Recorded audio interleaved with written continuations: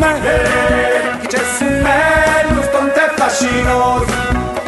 Accanto, venisse a sirena, e si a mare in terra straniera, e sciala in notte luna brena, cose vogli mostri in saviera, e la banca è bello e grazioso, gli sbonchi vivi, ora te dinai, chi c'è su me, lo stonte fascinoso, appaga e senza ballai. Eli, Eli, Elia, Eli, Eli, Elia, Eli, Eli, Elia, Eli, Eli, Elia.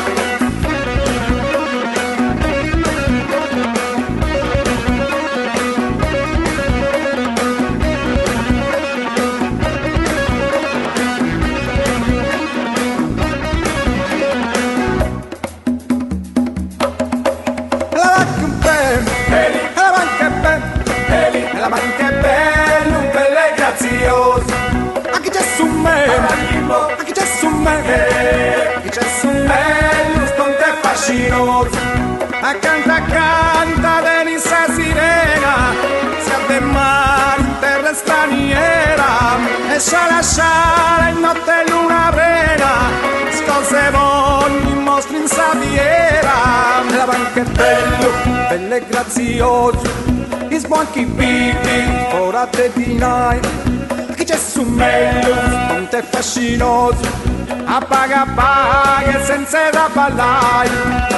Eli, Eli, Elia, Eli, Eli, Elia, Eli, Eli, Elia, Eli, Eli, Elia.